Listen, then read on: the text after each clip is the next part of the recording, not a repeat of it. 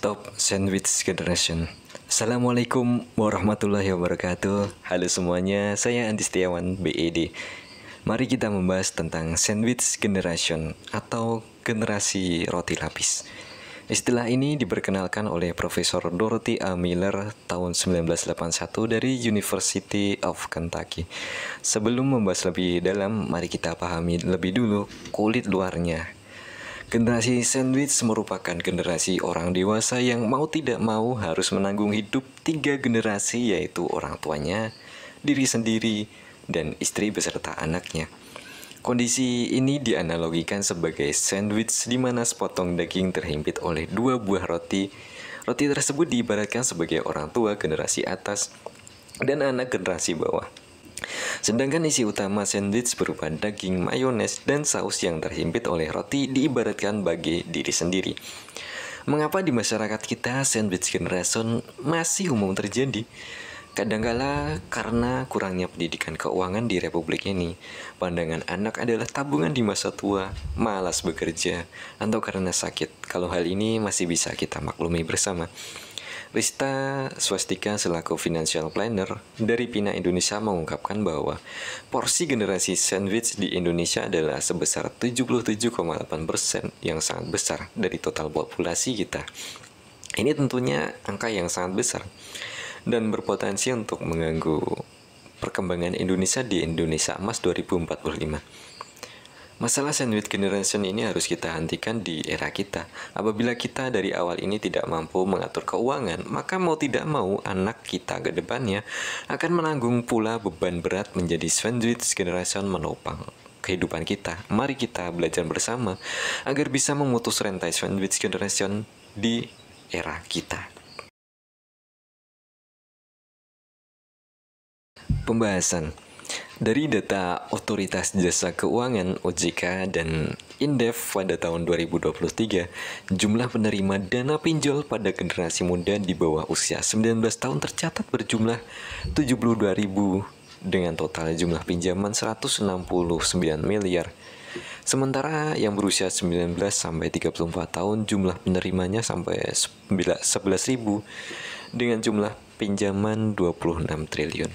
Sedangkan yang berusia 35 sampai 54 tahun jumlah penerima pinjolnya 6.500 dengan total pinjaman 17,8 triliun. Dan yang berusia di atas 54 tahun membentuk porsi 3,8% dengan jumlah penerima dan total pinjaman masing-masing adalah sebesar 700.000 orang dan dengan dana 2 triliun. Mengatur keuangan dengan sukses memerlukan disiplin, perencanaan yang matang, dan kebiasaan yang baik. Berikut ini adalah beberapa langkah yang bisa kita ikuti untuk bisa mengatur keuangan dengan baik. Pertama, buatlah anggaran. Mulai dengan mencatat semua pendapatan dan pengeluaran kita, ini termasuk pengeluaran rutin seperti tagihan, belanja kebutuhan sehari-hari, belanja bulanan, dan pengeluaran tidak rutin seperti liburan atau untuk keperluan ibadah seperti haji dan lain-lain. Buatlah anggaran bulanan yang realistis dan pastikan kita mematuhi anggaran ini.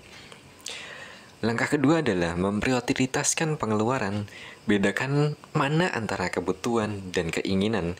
Prioritaskan pengeluaran untuk kebutuhan dasar seperti makanan, tempat tinggal, untuk asuransi kesehatan BPJS sebelum mengeluarkan untuk hal-hal yang sifatnya keinginan atau hiburan seperti nongkrong di kafe, beli mobil, cicilan motor, dan lain-lain. Ketiga, sisihkan tabungan. Tetapkan persentase tertentu untuk kita tabung setiap bulannya. Idealnya tabungan bisa sekitar 20% dari pendapatan, tetapi sesuaikanlah dengan kemampuan kita. Miliki rekening tabungan yang terpisah dengan rekening pengeluaran kita agar lebih mudah dalam alokasi dan pengawasan. Keempat, kelola utang dengan baik. Hindarilah utang untuk konsumtif yang tidak produktif. Jika memiliki utang, prioritaskan untuk melunasi utang dengan bunga tertinggi terlebih dahulu. Dan usahakan untuk tidak mengambil utang baru kecuali utang kita udah selesai atau lunas yang lainnya. Janganlah berhutang untuk membeli iPhone baru, untuk liburan ke Singapura, dan lain-lain. Janganlah hutang untuk konsumtif intinya. Lantas selanjutnya, berinvestasi untuk masa depan kita. Selain menabung, pertimbangkan juga untuk menginvestasikan sebagian dari pendapatan kita seperti instrumen investasi yang cocok, misalnya reksadana, saham, sesuai dengan tujuan keuangan kita, atau juga di properti. Diversifikasi investasi merupakan langkah yang tepat untuk menjaga uang kita agar hilang. Jangan menaruh telur kita dalam satu keranjang. Kalau jatuh, pecah semuanya. Lantas, langkah keenam adalah pendidikan keuangan. Tingkatkan pengetahuan kita tentang manajemen keuangan, bagaimana membuat penganggaran melalui buku, seminar, atau konsultasi dengan ahli keuangan. Dengan tetap update dengan tren dan perubahan di dunia keuangan, insya Allah kita akan mampu dan pandai mengatur keuangan hingga masa tua nanti. Lantas langkah selanjutnya adalah evaluasi rutin. Periksalah apakah anggaran yang kita buat sudah efektif dan sesuai dengan tujuan keuangan kita setiap bulannya. Sesuaikanlah anggaran dan rencana keuangan sesuai dengan perubahan dalam situasi dan kebutuhan kita. Misalnya di bulan setelah Ramadan, di bulan Syawal ini akan ada banyak orang-orang yang menikah. Jadi mulailah sisihkan uang untuk mengatur sumbangan. Kemudian kita perlu disiplin dan konsisten. Disiplin dalam menjalankan rencana keuangan adalah kunci sukses. Hindarilah godaan untuk berbelanja di luar anggaran atau mengambil keputusan keuangan yang berlebihan impulsif. Konsistensi dalam mengatur uang dan memantau keuangan kita akan membantu kita mencapai stabilitas keuangan dalam jangka panjang hingga akhir hayat kita. Dan di masa pensiun kita akan lebih nyaman lagi karena tidak perlu risau karena masalah uang.